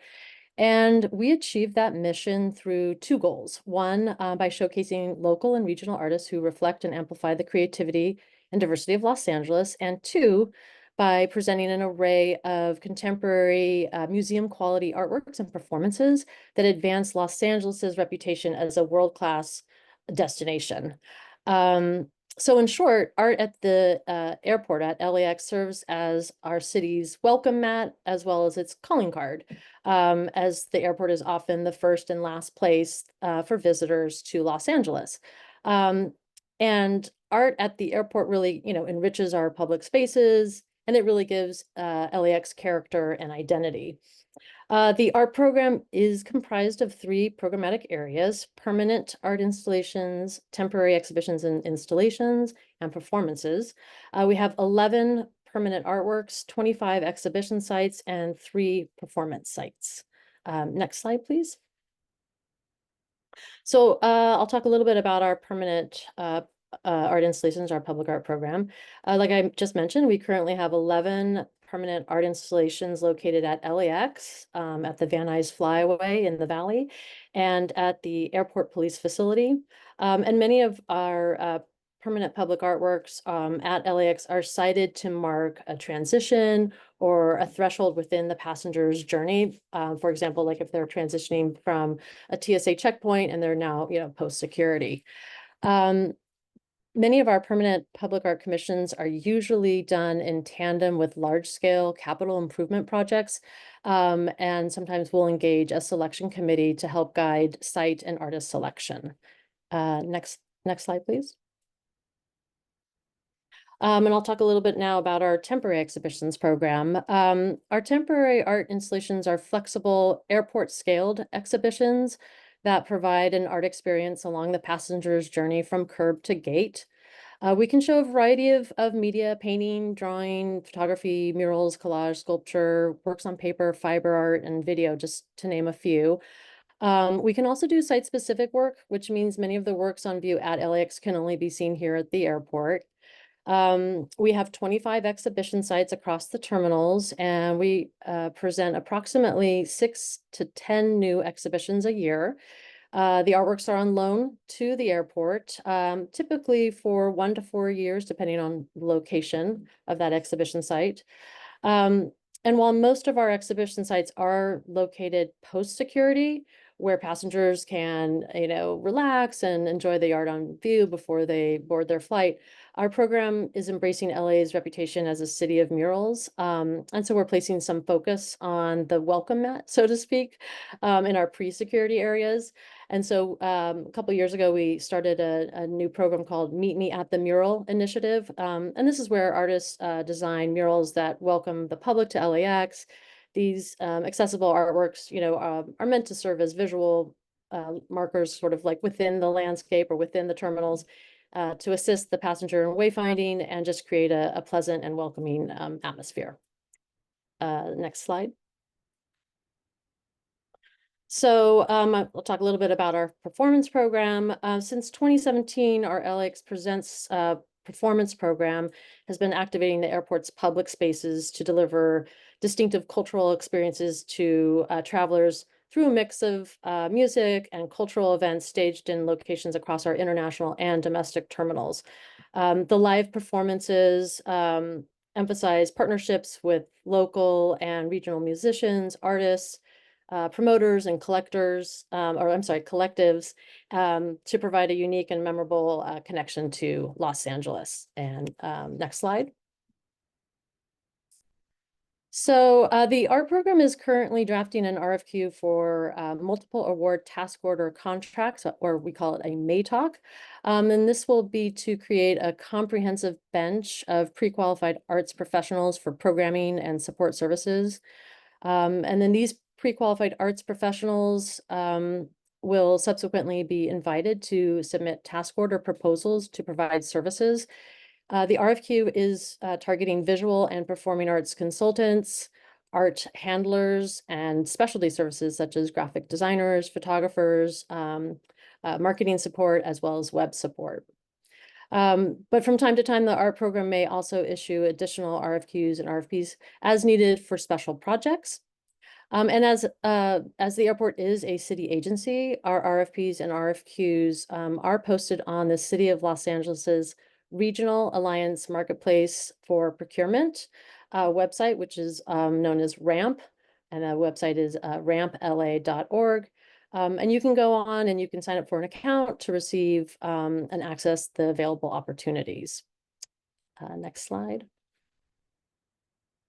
So to learn more about the LAX art program, you can visit flylax.com and click on Guides, Tips, Art, and Amenities. And then I've also listed our social media platforms on Instagram, Facebook, X, and YouTube. If you'd like to reach the art program, you can send an email to art@lawa.org. So that's art@lawa.org. I should have put it on this slide. I realized afterward that was something that was missing. And then just a quick shout out to the artists that are featured in this deck. We have visual artist Francisco Letelier, Karen Kinney, Topher Chin, Balnoga Studio, Mark Bradford, Pei White, Renee Pachopoulos, Leah Halloran, Tim Nolan, Chang Hong Chen, and Diana Thader. And our performing artists include Ellie Guerrera, Kolobo, Tress Souls, Suzanne Kraft, Mary Lattimore, Darren Dean, and Blue 13. So thank you so much for having me tonight.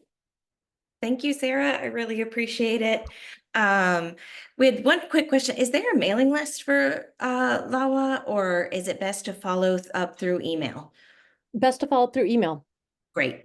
So just to recap as well, and no worries about not having the email there, because we are going to put all of this contact details, all of the ways you can reach out to these different agencies. I know it's a lot coming at you, so don't worry. We're going to collate all of that together and share it out to the attendees and the registrants from tonight. So if you're not able to grab that screenshot or save this slide, don't worry about that. We'll make sure that that comes to your inbox. I am happy to present or to share tonight our last partner presentation from Claire Haggerty, Director of Public Art and Design at Metro Art LA. Claire, thank you so much for holding on as we went through these presentations and for joining us tonight to share a little bit about art at Metro. All right, thanks for having me. Perfect. Okay, this is where we need to be. So I'm Claire Haggerty. I'm Director of Public Arts and Design at LA Metro, as mentioned. I've been in the public art field in Los Angeles County since 2011. I've been in Metro for 5.5 years, and prior to that, I was at the LA County Arts Commission, formerly known as Arts Commission, now Department of Arts and Culture, for 7 years, managing their civic art collection. I've had a lot of really great opportunities in the region. And I also currently serve as an arts advisory committee member for the San Diego International Airport. So I'm learning all about airports. And also Metro will be eventually getting to the LAX airport. So stay tuned.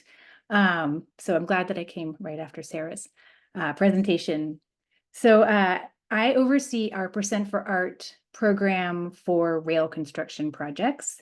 And currently we're working on the D-Line extension, the East San Fernando Valley Light Rail project, the G-Line improvements project, and Foothill, which is going to extend the A-Line further east extension, and then a bunch more coming online. And I'm very happy to be here. So let's go to the next slide. I just wanted to start with a quote from LA Metro's board, who are very much supportive of the arts and public art in transit. Metro Art enhances the customer experience with innovative, award-winning visual and performing arts programming that encourages ridership and connects people, sites, and neighborhoods throughout Los Angeles County.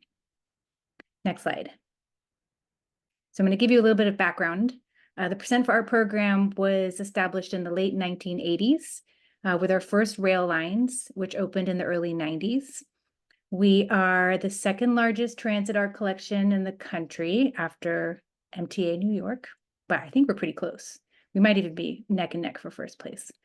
We have 0.5% for art is allocated from our construction budgets for our projects, and that's how our public art program is funded. And we have commissioned a lot of really amazing artwork over the last 40 years. Next slide. These are our guiding principles. So we put people first, and we are a connector for people, but we also connect to all the cultural ecosystem throughout Los Angeles County. And we welcome innovation and encourage art that really makes people curious. Next slide. So I wanted just to walk you through a bunch of different types of artwork, and it's not exhaustive because I was trying to keep it succinct. But we have, in general, many, many opportunities for artists at all stages of their career. And I'm also sticking just to the visual arts, but we also have a very robust performing arts program where we have music and film screenings and dances. And so that's, all things you can learn about as well by signing up for our email newsletter, which I will share at the very end. So this is a mosaic artwork, for instance, which is architecturally integrated into as a wall finish into the concourse of an underground station. And the artist for this piece was commissioned to create the artwork and then deliver the artwork as a high resolution digital file. And then Metro Art actually does a separate solicitation for the mosaic fabrication. So in this design only model, it actually really broadens our ability to work with, many different artists who may not have had public art fabrication experience. And this is something that I really appreciate about, working at Metro Art is kind of taking the fabrication and all that kind of, the risk and stuff associated with that out of the artists. They don't have to do that. And then, they can just focus on the artwork. And it allows artists to kind of go even larger than they may have done before. And this particular piece is by Rebecca Mendez, and it's she's a photographer, and she took photographs of the LA sky over a period of 24 hours. And so this is all different times of day, and then collaged them together into these stripes and brought the sky underground into the station. Next slide. So this is an artwork by Jeff McFetridge, which is a similar process where the artist again created the design, he painted his artwork, and then it was submitted as a digital file. And in this instance, Metro actually worked with the general contractor who was building the station, and the general contractor subcontracted a porcelain enamel seal fabricator in coordination with Metro Art to create this artwork. What also I wanted to point out here is the Metro stations are part of a system-wide station design. So there's similar palette of colors, and there's similar materials for all of our stations if they're a light rail station or an underground station. And similarly, we have kind of a distinct palette of materials that we use for our artworks. They're typically glass or porcelain enamel steel, as you see here, or glass or ceramic mosaic tile. And these are all tried and true durable materials that have just an incredible amount. It sounds limited, but actually has a lot of possibilities when you actually start getting into fabricating and working with original works of art. Next slide. So this is a facility. This is a bus maintenance division that is right next to Union Station. And this is, you can see that this is the backlit artwork of the tree. Artists must create an original work of art that is site responsive, which means the artwork is created specifically for this place and is really considering the location and the community it's serving and history. So for example, in this image, the artist depicted the ancient and revered sycamore tree that was central in Los Angeles and very important to the Tongva people. and was, sadly cut down after being there for about 500 years, as industry encroached on Los Angeles. And this tree was very close to this area, right by the 101 freeway. Next slide.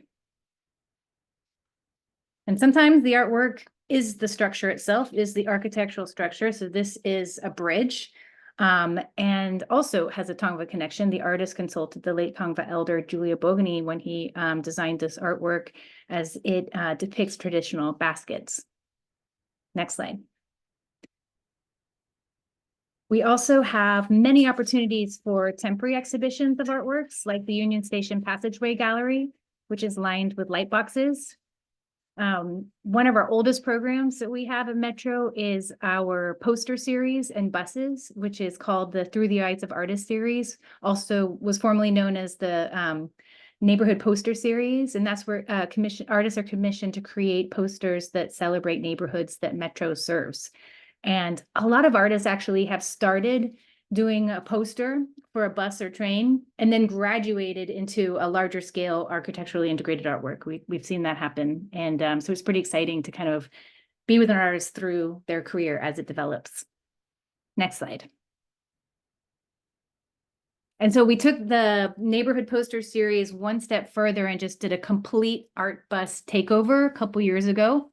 And we now have 4 Metro art buses that are driving throughout LA County that are covered with monumental portraits of Metro riders on the outside. And then on the inside, every single advertising space has artwork in it instead.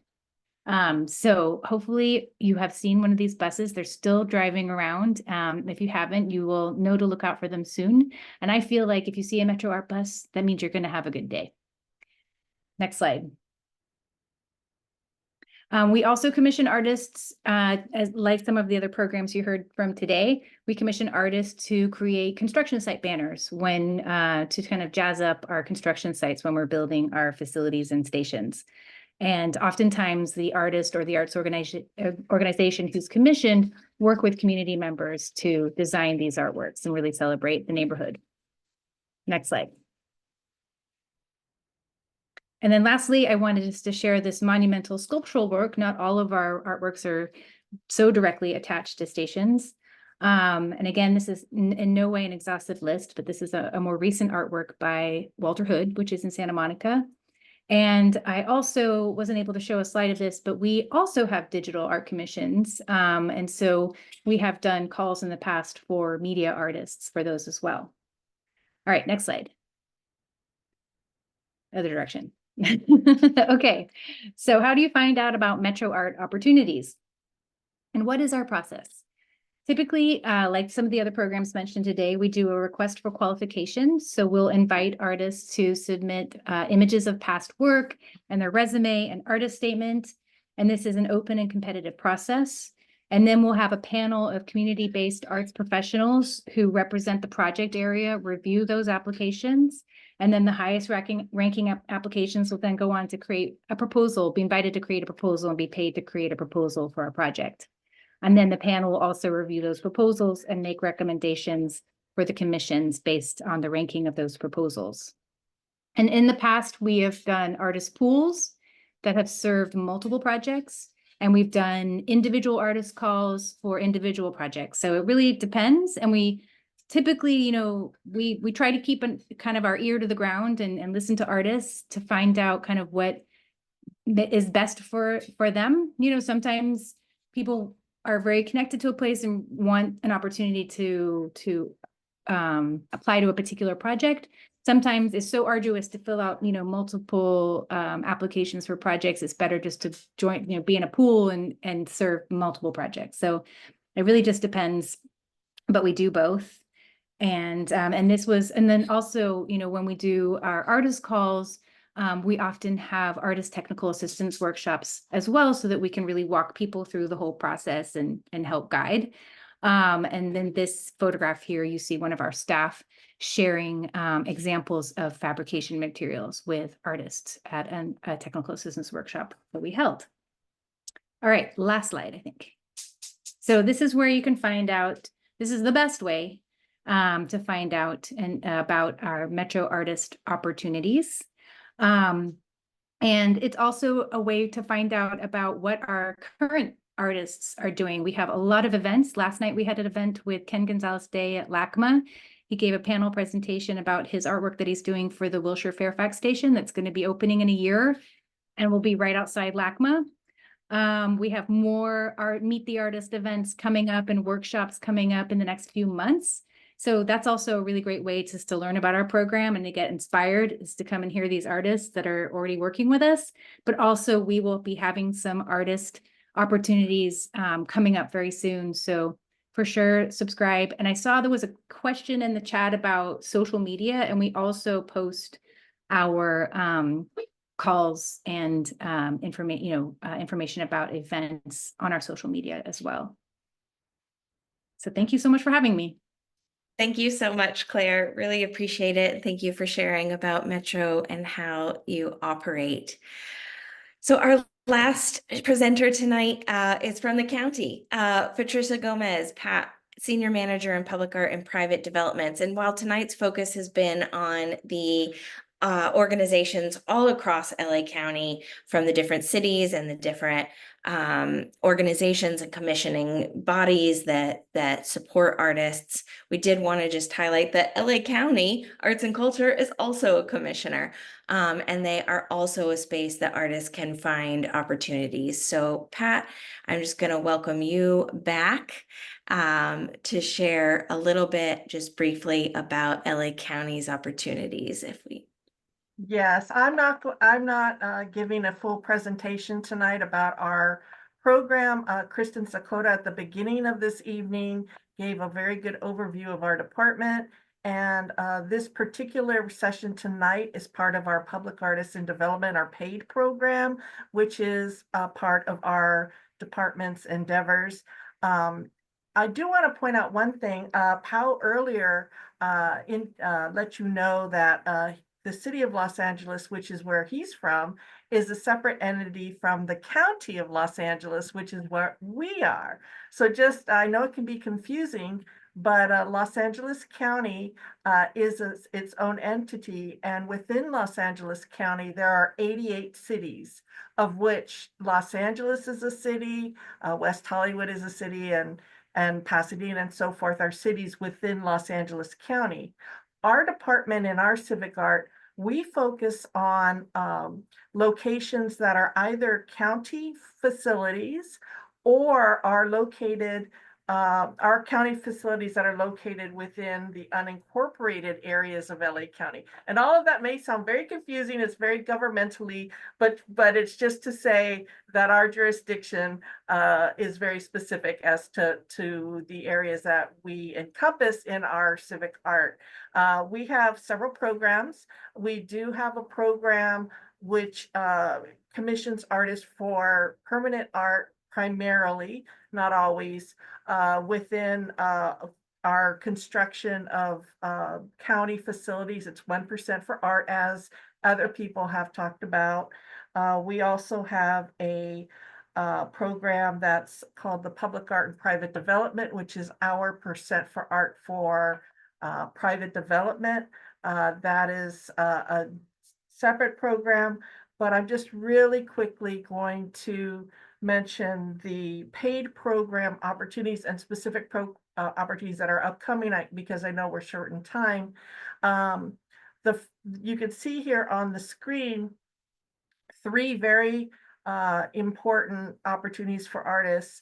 The first one that's upcoming, I want to let you know about, is for the Puente Hills Landfill Park, the Environmental Justice Center. That's going to be for an exterior artwork. That is upcoming within the next couple of months. Also within the next couple of months is a very important opportunity. It is part of the PAiD program. It was briefly mentioned at the beginning. That's the Artist Apprenticeship Program. And we're going to be selecting 2 cohorts of 5 artists, 10 total artists, which will be apprentices. And those are apprenticeships are for artists who have no experience in public art whatsoever. And they're really geared to help artists who are interested and ready to enter the public art field, but have really found barriers to being participants, to basically help them by giving them mentorship and training through the delivery of a permanent public art project. That is a very exciting opportunity for those artists. We encourage anyone who's wanted to get into the public art field, who have not been successful to date, to apply for that opportunity. And then the third thing is the professional development program, which is ongoing, which is what tonight's effort is. It's part of that program. You can find out about all of our opportunities through our website, which you can see there. Our website, when you go into it initially, a window will pop up asking you if you want to be on the mailing list. Say yes and sign up.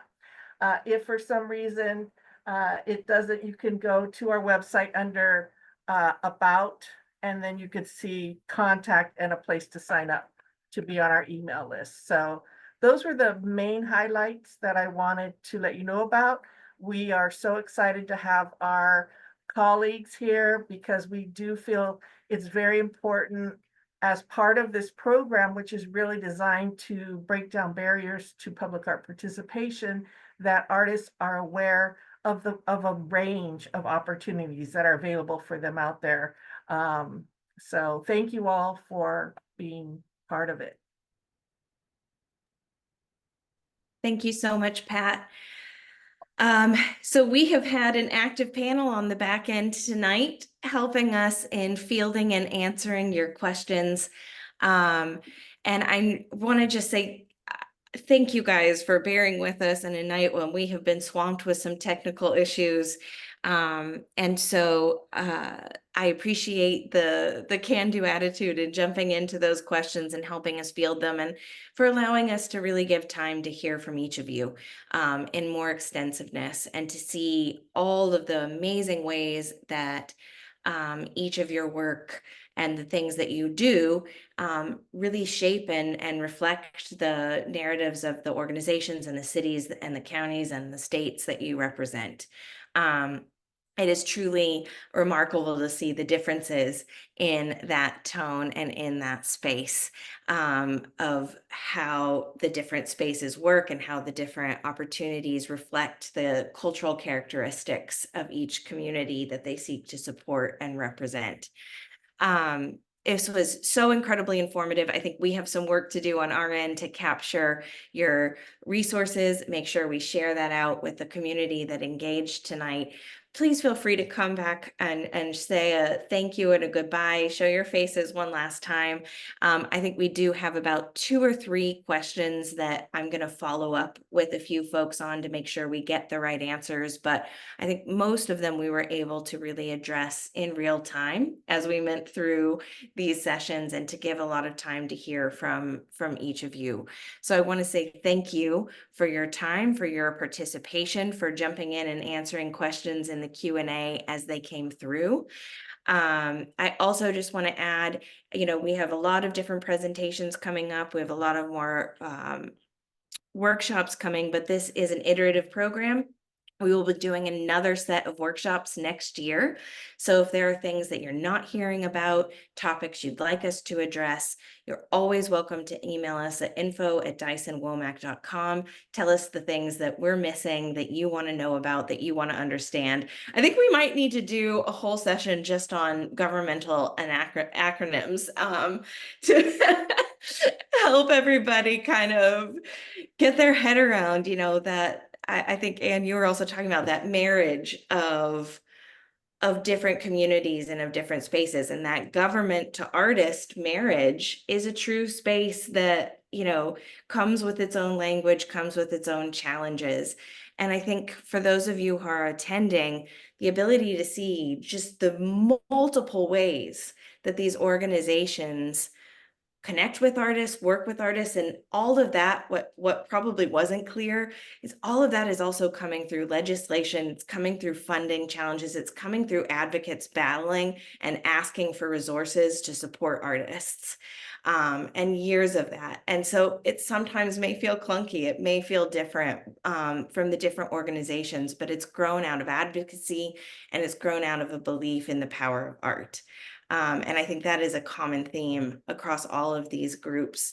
And so I just want to say again, thank you to our presenters. Thank you for joining us. Thank you for holding on through a night where we, as I mentioned, had a few challenges, and I really appreciate your patience, your perseverance. These are some upcoming workshops as we previewed ahead. That is our end of session for tonight. Please feel free to come off mute, say goodbye to our participants who also joined us. Bye. Bye now. Thanks, Emily. Thanks, Allie. Great session. Bye. Thank you. Thanks, Thank you, Emily. Emily. Thank you all. Have a wonderful evening. Thanks, bye. And we'll be in touch with some final questions and make sure that you, the participants, get those answers. So thank you all and good night.